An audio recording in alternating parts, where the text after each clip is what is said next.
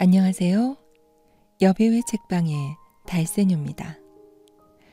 오늘 달세뇨가 준비한 책은 러시아의 극작가이자 소설가인 안톤 체홉의 귀여운 여인입니다.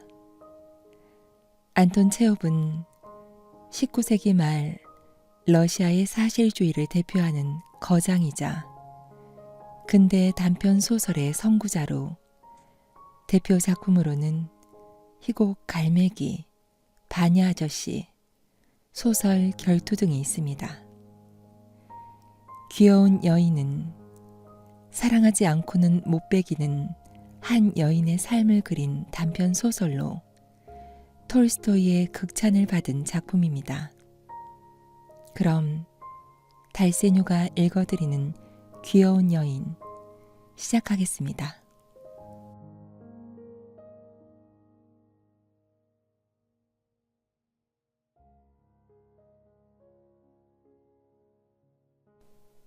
퇴직한 팔등관 플레마냐코프의 딸 올렌카는 뒤뜰 현관 층계에 앉아 생각에 잠겨 있었다.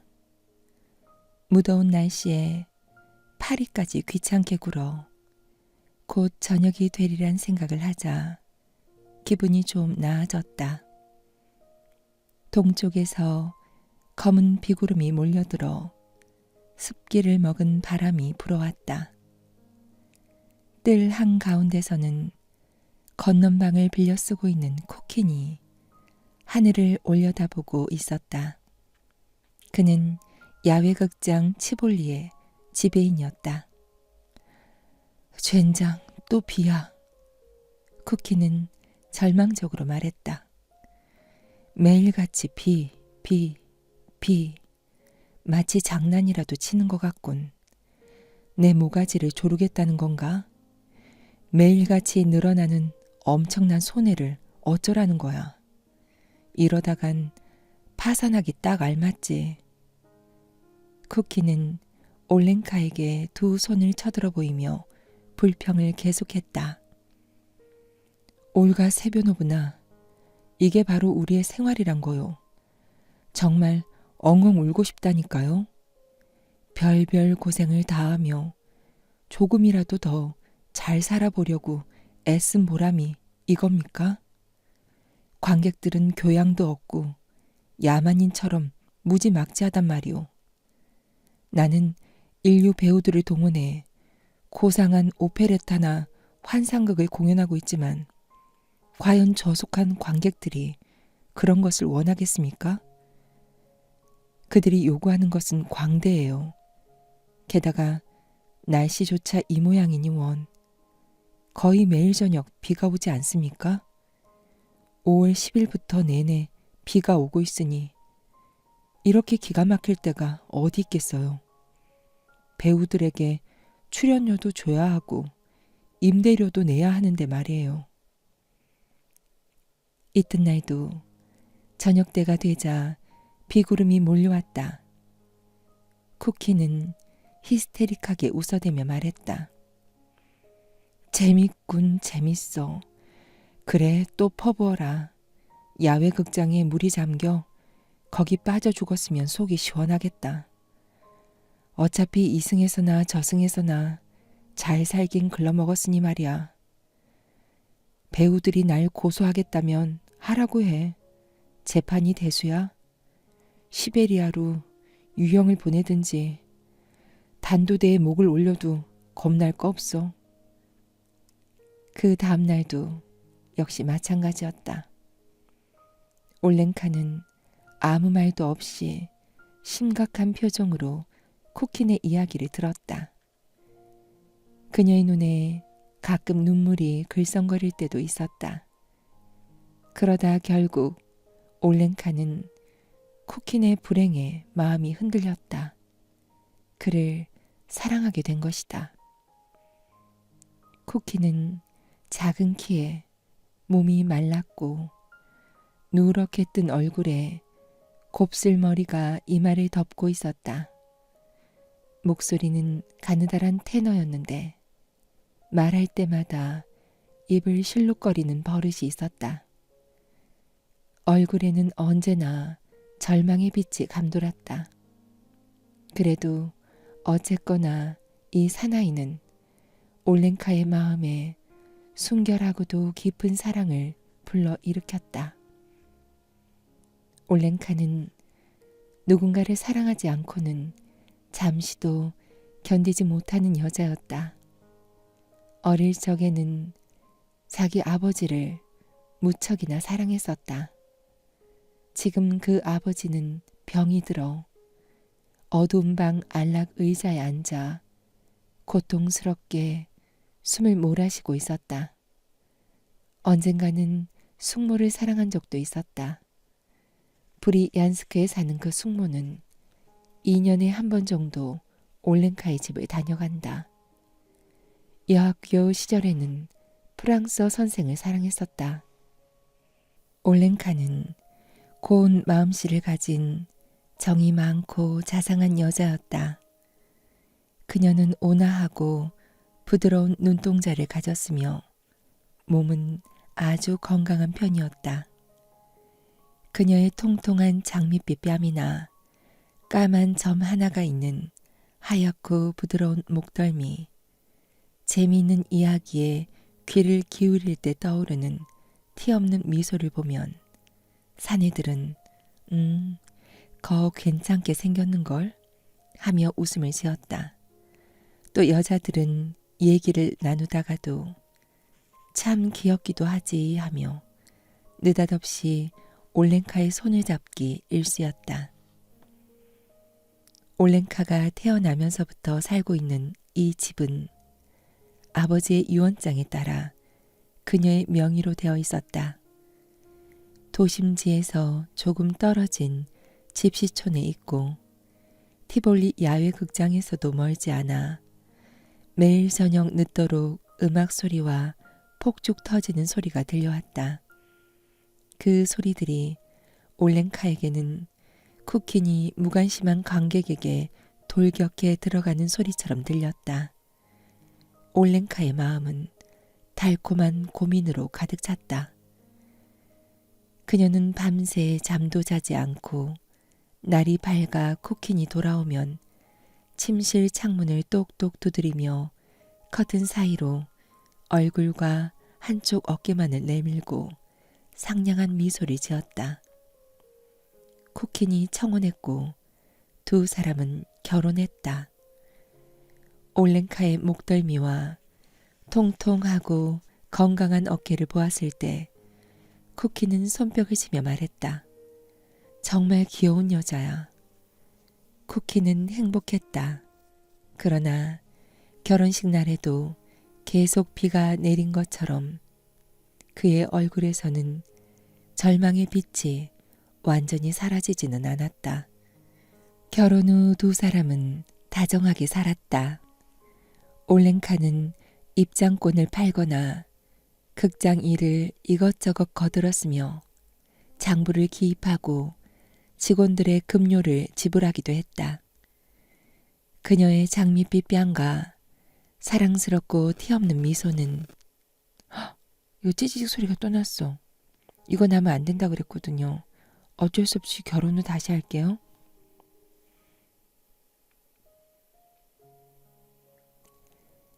결혼 후 두 사람은 다정하게 살았다. 올랭카는 입장권을 팔거나 극장 일을 이것저것 거들었으며 장부를 기입하고 직원들의 급료를 지불하기도 했다. 그녀의 장밋빛 뺨과 사랑스럽고 티없는 미소는 때로는 매표구에서 또 때로는 무대 뒤나 매점 같은 곳에서 볼 수 있었다. 올랭카는 어느덧 친구와 친지들에게 이 세상에서 제일 멋있고 중요한 것은 연극이며 연극을 통해서만 참된 위안을 느낄 수 있고 교양과 휴머니즘을 겸비한 인간이 될 수 있다고 역설했다. 하지만 관객들이 그걸 이해할지 모르겠어 하고 올랭카는 걱정하곤 했다. 관객이 요구하는 것은 광대라니까요. 어제 바니치카와 내가 파우스트를 공연했더니 관람석이 거의 텅 비었더라고요. 만일 저속한 심파극 같은 걸 공연했더라면 틀림없이 초10,000원이었겠죠. 내일 바니치카와 나는 지옥의 오르페우스를 공연할 거예요. 꼭 보러 오세요. 그러고는 쿠킨이 연극이나 배우에 대해 하는 말을 그대로 되풀이했다. 그녀는 남편이 하는 그대로 관객이 예술에 무지하고 교양이 없다며 그들을 경멸했다. 연습에 끼어들어 배우와 악사들을 감독하기도 했으며 지방 신문에 연극에 관한 악평이라도 실리면 눈물을 흘리며 신문사에 직접 해명을 하러 다니기도 했다. 배우들은 올렌카를 좋아해 그녀를 바니치카와 나라거나 귀여운 여인이라 불렀다. 올렌카도 배우들을 동정해 적은 돈은 빌려주기도 하고 때로는 속더라도 몰래 눈물만 흘릴 뿐 남편에게 일러 바치지는 않았다. 즐거운 생활은 계속되었다. 공연이 없는 겨울 동안 두 내외는 우크라이나에서 온 극단이나 마술단, 그곳 아마추어 극단에 극장을 빌려주었다. 올렌카는 점점 몸이 좋아지기 시작하고 얼굴도 환해졌다. 그러나 쿠키는 갈수록 마르고 혈색도 나빠졌으며 사업이 그럭저럭 잘 되어 가는데도 큰 손해를 보았다고 엄살을 부렸다. 그는 밤마다 심하게 기침을 해댔다. 올렌카는 그에게 나무 딸기나 보리수 꽃을 다려 먹이기도 하고 오두 콜로뉴를 발라주거나 자기의 따뜻한 숄로 덮어주기도 했다. 당신이 얼마나 좋은지 몰라요. 올렌카는 남편의 머리를 쓰다듬으며 다정하게 말했다. 당신은 정말 좋은 분이에요. 사순절에 쿠키는 극단 출연 교섭을 위해 모스크바로 떠났다. 올렌카는 남편이 떠난 뒤 밤잠을 못 이루고 창가에 앉아 별을 바라보았다. 그러면서 닭장에 수탉이 없어 밤새 잠을 못 자는 암탉과 자신을 견주어 보았다. 쿠키네 모스크바 체류는 의외로 길어졌다. 그는 부활절까지는 돌아오겠다고 하며 극장 일에 대해 여러 가지 지시를 적은 편지를 보내왔다. 그런데 부활절 일주일 전인 월요일 밤 늦게 불길한 예감을 주는 노크 소리가 갑자기 들려왔다. 커다란 나무통을 텅텅 하고 두드리는 듯한 소리였다. 잠이 덜 깬 식모 마브라가 맨발로 물이 질퍽하게 괜 뜰을 지나 대문으로 달려갔다. 문 좀 열어주세요. 문 밖에서는 굵직하고 거친 목소리가 들려왔다. 전보예요. 올렌카는 전에도 몇 번 남편이 보낸 전보를 받은 적이 있었으나 이번에는 전보를 보자 웬일인지 정신이 아찔해지는 것 같았다. 떨리는 손으로 전보 용지를 펼쳐보니 다음과 같은 글이 적혀 있었다. 이반 페트로비치 오늘 급사 화요일 장례식. 서명은 오페레타 연출가의 이름으로 되어 있었다. 여보, 올렌카는 흐느껴 울었다. 가엾은 바니치카, 어떻게 된 일인가요? 왜 나는 당신과 만났을까요? 어째서 당신을 사랑하게 된 것일까요? 이 가엾고 불행한 올렌카를 두고 당신은 어디로 가버린 건가요? 쿠킨의 장례식은 화요일에 모스크바에서 치러졌다. 올렌카는 이튿날 집으로 돌아왔다. 그녀는 자기 방에 들어가자마자 침대에 몸을 던지고는 이웃집과 길에서도 들릴 만큼 큰 소리로 통곡하기 시작했다.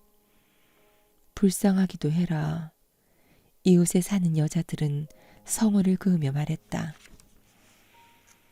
귀여운 올랭카가 비탄에 젖어 있군요. 그로부터 석 달이 지난 어느 날이었다. 올랭카는 아직도 상복을 입은 채 난 미사에서 돌아오고 있었다. 그녀는 우연히 이웃에 사는 바실리 안드레이치 푸스토발로프와 나란히 걷게 되었다. 이 사나이는 바바카예프라는 목재상의 주인이었다. 맥고 모자를 쓰고 흰 조끼에 금 시계줄을 들이운 모습은 상인이라기보다는 오히려 시골 지주에 가까웠다. 세상 일은 다 주님의 뜻에 따라 정해지는 것입니다. 올가 세변호부나. 그는 심각하고 동정어린 목소리로 말했다. 소중한 사람이 세상을 떠났다 해도 그것은 주님의 뜻이니 우리는 슬픔을 참고 순종하는 마음으로 사는 것이 옳지 않겠습니까? 올랭카를 문까지 바래다 준 다음 그는 작별 인사를 하고 돌아갔다. 그날 이후 올랭카에게는 그의 진실 어린 목소리가 사라지지 않았고 눈을 감기만 하면 그의 검은 수염이 떠올랐다. 그녀의 마음에 또 한 남자가 자리 잡은 것이다. 남자 쪽에서도 올랭카에게 관심이 있는 게 분명했다. 며칠이 지난 뒤 별로 친하지도 않은 중년 부인이 커피를 마시러 와서는 테이블에 앉기가 무섭게 푸스토발로프에 관한 이야기를 하는 것이다. 그분은 착실하고 믿음직스러운 신랑감이라는 둥. 그분에게라면 어떤 여자라도 혹하고 덤빌 거라는 둥. 중년 부인은 입에 침이 마르도록 푸스토발로프를 칭찬했다. 사흘 뒤에는 푸스토발로프가 직접 찾아왔다. 그가 10분 정도 앉아 있었을까? 올랭카는 그에게 완전히 반해버렸다. 얼마나 그가 좋았는지 밤새 잠도 못 자고 열병이라도 걸린 듯 몸을 뒤척였다. 아침이 되자 올랭카는 사람을 보내 중년 부인을 불러왔다. 그리고 나서 얼마 안 돼 혼담이 오갔고 곧 결혼을 하게 되었다. 결혼한 푸스토발로프와 올랭카는 의좋게 지냈다. 남편은 대개 점심때까지 상점에 있다가 일을 보러 외출을 했는데 그 다음에는 올랭카가 그를 대신해서 저녁 때까지 계산서를 떼거나 물건을 발송했다. 제목값이 해마다 20%씩이나 오르고 있어요. 올랭카는 목재를 사러 오는 사람이나 친지들에게 이렇게 말했다. 여태까지는 이 지방 목재만 가지고도 장사를 했는데 지금은 우리 주인 바시치카가 해마다 모길레프 형까지 제목을 사러 가야 해요. 그 운임이 어찌나 비싼지. 그녀는 무섭다는 듯 두 손으로 얼굴을 감싸며 거듭 말했다. 아주 엄청나다니까요. 올랭카는 이미 오래전부터 목재상을 경영해 온 것 같은 기분이 들었고 인생에서 가장 중요하고 또 필요한 것은 목재라고 생각했다. 그래서 각재, 통나무, 판자, 기둥, 톱박 같은 말들이 어쩐지 다정스럽게 들렸다. 그녀는 산더미같이 쌓인 판자나 나무 토막, 다른 마을로 제목을 운반하는 진마차의 행렬이 나타나는 꿈을 꾸곤 했다. 직경 25cm, 길이 8m나 되는 통나무들이 당당하게 제목 저장고로 들어오는 모습이나 통나무의 각재와 판자가 서로 부딪혀 요란한 소리를 내면서 무너지고 다시 쌓이는 꿈을 꾸기도 했다. 올렌카가 놀라 소리를 지르고 깨어나면 푸스토발로프가 다정하게 말을 했다. 올렌카 왜 그래 여보. 어서 성우를 그어요. 남편이 생각하는 것은 곧 올렌카가 생각하는 것이었다. 남편이 이 방은 덥다거나 이 무렵엔 장사가 잘 안 됐다고 하면 올렌카도 그렇게 생각했다. 남편은 오락이라면 질색을 하고 축제가 있어도 외출을 하지 않았는데 올렌카도 역시 마찬가지였다. 매일 집이나 사무실에만 틀어박혀 있지 말고 연극이나 서커스 구경이라도 다녀오지. 그녀와 가깝게 지내는 사람들은 이렇게 권하기도 했다. 그러면 올렌카는 이렇게 대답했다. 바시치카와 저는 극장엔 가지 않기로 했어요. 일이 바쁜데 그런 우스꽝스러운 것을 구경할 틈이 어디 있겠어요. 연극이라고 해봐야 어디 이로운 데가 있어야죠. 토요일마다 푸스토발로프와 올렌카는 저녁 기도회에 나갔고 일요일에는 아침 미사에 참석했다. 교회에서 돌아올 때는 언제나 감동의 빛을 띤 채 어깨를 나란히 하고 걸었다. 올렌카의 명주 옷은 사락사락 듣기 좋은 소리를 냈다. 두 사람은 다른 사람들의 눈에도 행복해 보였다. 집에 돌아오면 두 내외는 버터빵에다 잼을 발라 먹으면서 차를 마시고 그 다음엔 케이크를 먹었다. 점심 식사 때가 되면 양고기나 오리고기를 굽는 냄새가 뜰과 문 앞에까지 풍겼다. 육식을 금하는 사순절에는 생선 요리 냄새가 번져나가 군침을 삼키지 않고서는 그 집 앞을 지나지 못할 정도였다. 사무실에서는 언제나 사도바르가 끓었고 손님들은 차와 둥근빵을 대접받았다. 일주일에 한 번씩 이 부부는 목욕탕에 갔는데 두 사람 모두 불구스름하게 상기된 얼굴로 돌아오곤 했다. 덕분에 잘 지내고 있어요. 올렌카는 아는 사람을 만나면 이렇게 말했다. 누구나 바시치카와 나처럼 행복하다면 세상은 평화로울 거예요. 푸스토발로프가 모길레프 현으로 제목을 구입하러 가면 올렌카는 적적해서 잠도 못 이루고 눈물만 흘렸다. 저녁에는 가끔씩 건너 방에 새든 군수의 스미르닌이 놀러 오곤 했다. 그는 세상 돌아가는 이야기도 해주고 트럼프 상대도 해주어 올렌카에게 위로가 되었다. 스미르닌의 가정사는 특히 올렌카의 호기심을 끌었다. 스미르닌은 이미 결혼해 자식이 하나 있었으나 부인이 바람을 피워 이혼했다. 그는 아내를 원망하면서도 양육비로 매달 40루블의 돈을 보내준다고 했다.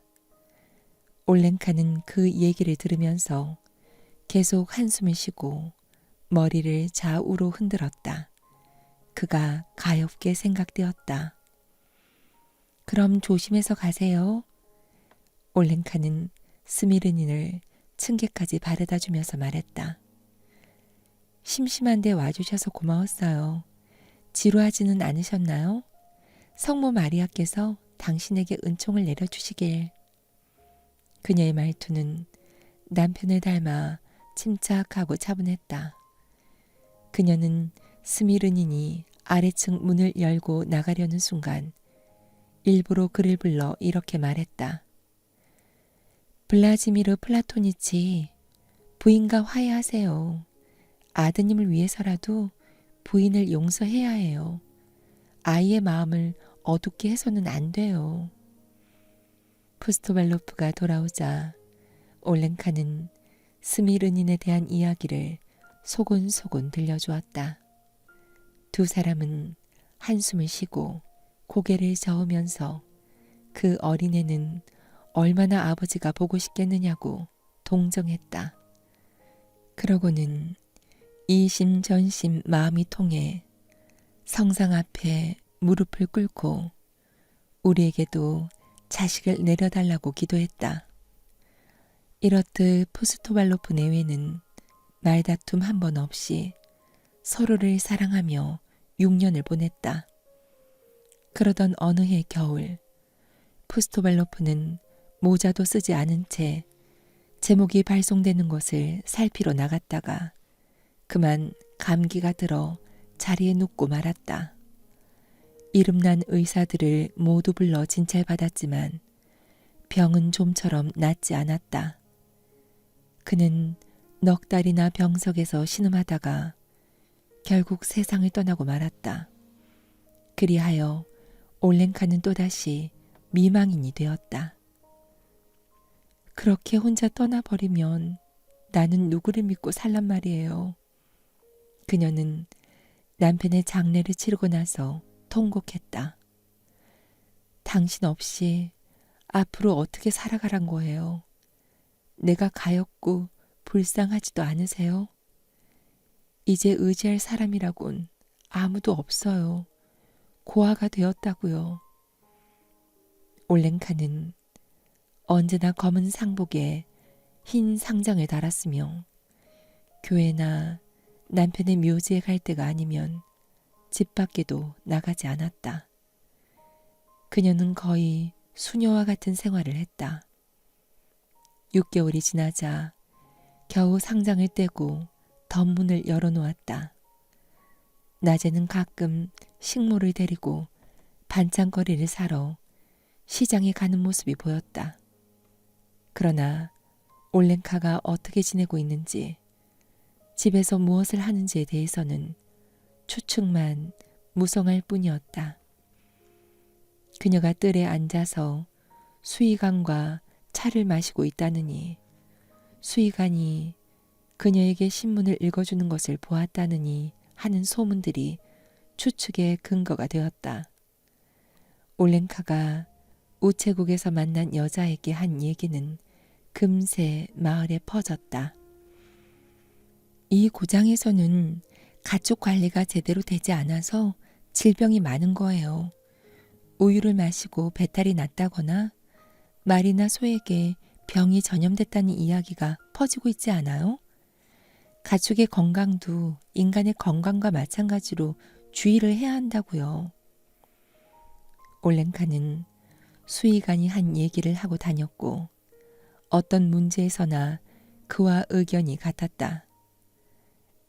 애정 없이는 1년도 살지 못하는 올랭카가 자기 집 건넌방에서 새로운 행복을 발견한 것임에 틀림없었다. 다른 여자라면 세상의 비난을 받았겠지만 올랭카의 경우에는 누구 하나 이를 나쁘게 생각하는 사람이 없었다. 사람들은 그것이 그녀의 인생에서는 당연하다고 여겼다. 올랭카와 수의관은 자신들의 관계가 달라진 것을 숨기려 했으나 그것은 불가능한 일이었다. 올랭카는 비밀을 가질 수 없는 여자였기 때문이다. 군대 동료들이 수의관을 찾아오면 올랭카는 차와 저녁을 대접하면서 가축이 앓는 홍역이나 결핵이나 도살장 이야기를 늘어놓기 일쑤였다. 입이 딱 벌어진 수의관은 손님들이 돌아간 후 올랭카를 붙잡고 화를 내며 나무랐다. 알지도 못하는 소리는 하지 말라고 하지 않았소? 우리끼리 얘기할 때는 제발 말창견 좀 하지 말고 가만히 있어요. 내 체면이 뭐가 되겠소? 그러면 올랭카는 불안한 눈초리를 하며 물었다. 그럼 나는 무슨 얘기를 해야 하나요? 그러고는 눈물이 글썽해서 그를 껴안으며 화내지 말라고 애원했다. 어쨌거나 두 사람은 행복했다. 그러나 이 행복도 오래 계속되지는 못했다. 군대가 먼 벽촌으로 이동하게 되어 수의관도 군대와 함께 떠나버린 것이다. 올랭카는 다시 혼자 남았다. 이번에야말로 올랭카는 완전한 외톨이였다. 아버지는 오래전에 세상을 떠났고 그가 앉던 안락 의자는 다리가 하나 부러진 채 먼지 투성이가 되어 다락방에 틀어박혀 있었다. 올랭카는 많이 야위어 예전에 귀엽던 모습은 사라지고 없었다. 길에서 만나는 사람들도 예전처럼 그녀를 보고 좋아하거나 미소를 짓지 않았다. 분명 젊고 아름다웠던 시절은 지나가 버리고 다시는 돌아올 수 없게 되었다. 이제는 행복과는 거리가 먼 새로운 인생이 시작되고 있었다. 저녁이 되면 올랭카는 현관 층계에 앉아 있었다. 그녀는 티볼리 야외극장의 음악이나 폭죽 터지는 소리를 듣고는 했지만 아무런 감흥도 일어나지 않았다. 낮에는 아무 생각도 없고 아무 희망도 없이 멍하니 정원을 바라보았다. 밤이 깊으면 잠자리에 들긴 했으나 꿈속에서도 음산한 자기 집 정원을 바라보고 있었다. 그녀는 먹고 마시는 것조차 싫었다. 그러나 무엇보다도 큰 불행은 이제 아무 일에도 자기 의견이 없다는 것이었다. 눈으로는 주위의 사물을 바라보고 주변에서 일어나는 일들을 이해할 수 있지만 그런 것에 대해 자기의 생각을 내세우지 못할 뿐 아니라 무슨 말을 해야 할지조차 몰랐다. 아무 의견도 갖지 못한다는 것은 얼마나 무서운 일인가. 가령 병이 하나 놓여 있다든지 비가 내린다든지 농부가 달구지를 타고 간다든지 하는 것을 분명히 보고는 있으면서도 그 병이 왜 거기 놓여 있는지, 어째서 비가 오는지, 농부가 무엇을 하러 가는지를 전혀 생각하지 못하는 것이다. 그녀는 누가 1000루블을 준다 해도 한마디도 하지 못했을 것이다. 쿠킨이나 푸스토발로프가 살아있을 때 혹은 수의관과 함께 있을 때 올랭카는 모든 것을 설명할 수 있었고 어떤 것에 대해서도 자기 의견을 말할 수 있었다. 그러나 지금은 머릿속도 마음도 자기 집 정원과 같이 텅 비어 있었다. 그것은 쑥을 씹는 것 같이 씁쓸하고 기분 나쁜 일이었다. 시가지는 점점 사방으로 확장되어 나갔다. 집시초는 이미 집시가로 이름이 바뀌었고 티볼리 야외극장과 제목 하치장이 있던 곳에는 건물이 질비하게 들어서고 골목길도 많이 생겼다. 시간은 얼마나 빠르게 흘러가는가. 올랭카의 집은 너무 낡아 지붕은 녹슬고 창고는 기울어졌으며 뜰에는 잡초와 가시나무가 무성하게 자랐다. 올랭카의 얼굴도 그것들과 마찬가지로 보기 싫게 주름이 지고 늙어 보였다. 그녀는 여름이면 현관 층계에 나와 앉아 있었고 겨울에는 창가에 앉아 눈 내리는 것을 바라보았다. 마음은 점점 공허하고 적적해졌다. 봄바람이 불기 시작하고 바람에 실려 교회의 종소리가 들려오면 문득 옛날 생각이 되살아났다. 그러면 가슴이 미어질 듯 아프고 눈물이 나왔다. 그러나 그 눈물도 잠깐뿐 다시금 무엇 때문에 살고 있는지조차 모르는 공허감에 휩싸였다. 검은 고양이 브리스카가 야옹거리며 재롱을 부렸지만 올랭카의 마음을 움직이지는 못했다. 그녀에게 고양이의 재롱이 무슨 소용이 있겠는가. 그녀에게 필요한 것은 자기의 전 존재를 영혼과 이성 그 모든 것을 사로잡아 생활의 방향을 찾아주고 식어가는 피를 덮여줄 수 있는 사랑이었다. 그녀는 옷자락에 매달리는 고양이를 쫓아버리며 소리를 질렀다. 저리 가, 저리, 귀찮다. 이렇게 날이 가고 해가 갔으나 그녀는 여전히 아무런 기쁨도 없고 아무런 의견도 없었다. 생활은 식모가 하는 대로 맡겨두었다. 무더운 7월 어느 날 시외로 나갔던 소들이 먼지를 자욱하게 일으키며 지나가는 저녁 무렵이었다. 누군가가 대문을 두드리는 사람이 있었다. 문을 열어주러 나간 올랭카는 기절을 할 뻔했다. 문 밖에 서 있는 사람은 머리가 희끗해진 수의관 스미르닌이었다. 그는 일반인 복장을 하고 서 있었다. 그를 보는 순간 올랭카는 잊어버렸던 과거가 한꺼번에 되살아났다. 그녀는 흥분한 나머지 한마디 말도 하지 못한 채 그의 가슴에 머리를 파묻고 엉엉 울었다. 두 사람이 어떻게 집 안으로 들어오고 어떻게 차를 마시러 식탁에 마주 앉았는지조차 모를 지경이었다. 당신이군요. 올랭카는 기쁨에 떨면서 속삭였다. 블라지미르 플라토니치, 도대체 무슨 바람이 분 거예요? 여기 정착해 살려고 왔습니다. 수의관이 말했다. 군대를 그만두고 왔죠. 내 마음껏 일을 하며 안정된 생활을 해보고 싶어서요. 그리고 아들놈도 이제 다 자라 중학교에 들어갈 나이가 되었어요. 실은 마누라와 다시 결합했습니다. 그럼 부인은 어디에? 아들과 함께 여관에 있지요. 나는 집을 빌리러 다니는 중이고요. 어머, 그렇다면 우리 집에 와서 사세요. 왜요? 여기가 마음에 안 드세요? 집세 같은 건 한 푼도 필요 없어요. 올랭카는 흥분해 다시 눈물을 흘렸다. 이 방을 쓰도록 하세요. 나는 건너방 하나면 충분해요. 그렇게 한다면 전 정말 기쁠 거예요.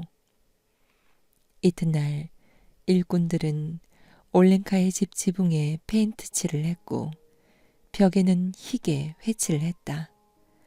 올랭카는 두 손을 허리에 얹고서 뜰을 거닐며 모든 일을 감독했다. 얼굴에는 전처럼 미소가 되살아났고 온몸은 생기가 넘쳐 흘렀다. 그녀는 마치 긴 잠에서 깨어난 것 같았다. 수의관은 아내와 아들을 데리고 이사를 왔다. 수의관의 아내는 비쩍 마르고 못생겼으며 짧게 자른 머리에 어딘가 모르게 고집스러운 표정을 짓고 있었다. 아들 사샤는 10살 난 어린애치고는 키가 작고 뚱뚱했으나 눈동자는 파랗고 볼에는 보조개가 오목패였다. 사샤는 뜰에 들어서자마자 고양이를 쫓아 달려가더니 명랑하게 웃으며 말했다. 아줌마, 이거 아줌마네 고양이에요?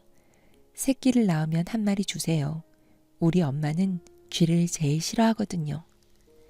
올랭카는 사샤에게 차를 따라주며 이야기를 하고 있노라면 마치 그 아이가 자기 자식인 것처럼 가슴이 뭉클해지는 것을 느꼈다. 저녁에 사샤가 책상에 앉아 복습을 하고 있으면 올랭카는 사랑의 눈길로 그 아이를 바라보며 중얼거렸다. 참 귀엽고 상냥한 아이야. 어쩜 저렇게 영리하고 잘생겼을까? 사샤는 소리를 내어 책을 읽었다. 섬이란 육지의 일부로서 사방이 바다로 둘러싸인 것을 말한다. 섬이란 육지의 일부로서? 올랭카는 사샤가 읽은 내용을 반복했다. 그것은 침묵과 공허로 많은 세월을 보낸 뒤 처음으로 확신을 갖고 하는 말이었다. 이제야 올랭카는 자기 의견을 갖게 된 것이다. 올랭카는 저녁을 먹으면서 사샤의 부모에게 여러 가지 이야기를 했다. 중학교 공부가 아이들에게는 어렵다고는 하지만 그래도 실업 교육보다는 기초적인 고정 교육을 시키는 중학교가 장래를 위해서는 더 낫다. 왜냐하면 중학교를 졸업하면 희망에 따라 기술자도 되고 의사도 될 수 있기 때문이다. 하는 등등의 이야기였다. 사샤는 중학교에 다니기 시작했다. 사샤의 어머니는 하르코프에 있는 자기 언니네 집에 가서 돌아올 생각을 하지 않았고 아버지는 가축 검사를 하러 출장을 가서는 2, 3일씩 묵고 오는 일도 있었다. 올랭카는 사샤가 부모에게 거추장스러운 존재가 되었고 완전히 버림받은 것이나 다름없다고 생각했다. 그녀는 사샤가 굶어 죽지는 않을까 걱정이 돼 그를 데려다 건너방에 붙은 작은 방 하나를 비워주었다. 사샤가 올랭카에게 온 지도 벌써 반년이 지났다. 올랭카는 매일 아침 사샤의 방으로 갔다. 사샤는 한쪽 뺨에 손바닥을 대고 깊이 잠을 잤다. 올랭카는 사샤가 안쓰러워 매번 조심스럽게 그를 흔들었다. 사샤? 올랭카는 애처로운 듯 아이를 불렀다. 착하지? 일어나요. 학교 갈 시간이야. 사샤는 일어나 옷을 갈아입고 아침 기도를 올렸다. 그는 차 석잔을 마시고 커다란 도넛 2개와 버터 바른 빵을 조금 먹었다. 아직 잠이 덜 깨었기 때문에 인상을 쓰고 있기 일쑤였다. 그런데 사샤, 아직 학교에서 배운 우화를 제대로 외우지 못하더구나. 올랭카는 이렇게 말하면서 그 아이를 멀리 보내기라도 하는 듯 타일렀다. 나는 항상 네가 걱정이야. 열심히 공부해야 한다. 선생님 말씀도 잘 듣고. 알겠니? 제발 그만하세요. 사샤는 뾰로통해서 내쏘았다. 그리고는 자기 머리보다 큰 모자를 쓰고 책가방을 둘러매고는 집을 나섰다. 올랭카는 뒤따라 나서며 그를 불렀다. 사샤? 사샤가 뒤를 돌아보면 올랭카는 대추나 캐러멜을 소년의 손에 쥐어주었다. 학교가 보이는 골목길로 접어들면 사샤는 뚱뚱한 여자가 따라오는 것이 부끄러워 뒤를 돌아보며 말했다. 아주머니, 이제 돌아가세요. 나 혼자서도 갈 수 있어요. 올랭카는 그 자리에 서서 사샤가 교문 안으로 사라질 때까지 지켜보았다. 아, 그녀는 얼마나 이 소년을 사랑했는지. 그녀는 지금까지 그 누구에게도 이토록 깊은 사랑을 느낀 적이 없었다. 날이 갈수록 모성애가 불타오르고 있는 지금처럼 그렇게 희생적이며 순결하고 오롯한 애정이 그녀의 마음을 사로잡은 일은 결코 없었다.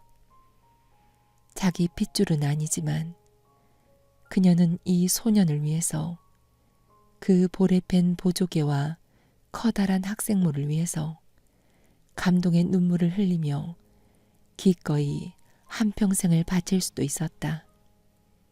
그 이유를 누가 대답할 수 있을까? 사샤를 학교까지 바래다주고 올랭카는 흡족하고 평온한 마음으로 집으로 돌아왔다. 반년 동안의 한결 젊어진 얼굴은 미소로 가득했다. 길에서 만나는 사람들은 그런 올랭카에게 친밀감을 느끼며 말을 건네었다. 안녕하세요. 귀여운 올가 세변호부나 요즘 어떠세요? 요즘은 중학교 공부도 어려워졌어요. 이런 말을 시작으로 올랭카는 시장에서 수다를 떨곤 했다. 농담이 아니에요.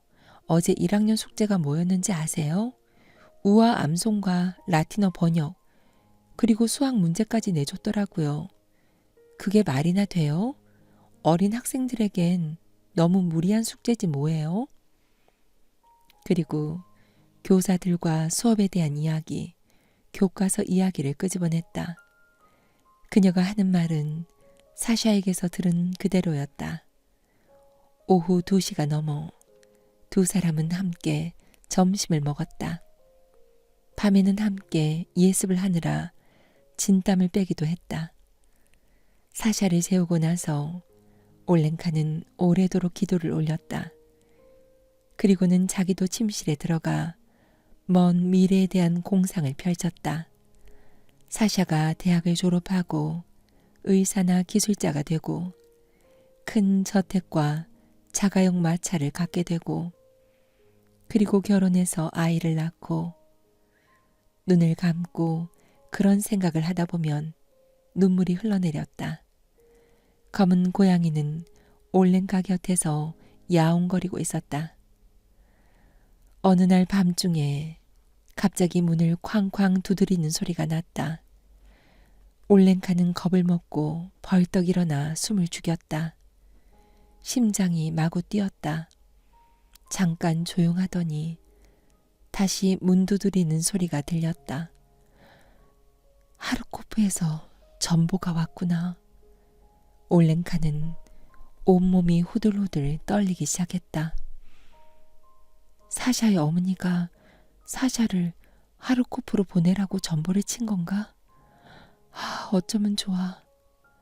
올랭카는 절망에 빠졌다. 그녀는 머리와 팔다리가 모두 얼어붙는 것 같았다. 나보다 불행한 사람은 이 세상에 없을 거야. 그러나 잠시 후 낯익은 목소리가 들렸다. 수의관이 돌아온 것이다. 다행이야. 올랭카는 숨을 몰아쉬었다. 심장의 고동이 점점 가라앉으면서 기분이 다시 가벼워졌다. 그녀는 다시 드러누워 사샤의 일을 생각했다. 사샤는 옆방에서 깊이 잠들어 있었다. 가끔 잠꼬대가 들려왔다. 이 자식, 저리 가. 한번 맞아볼래?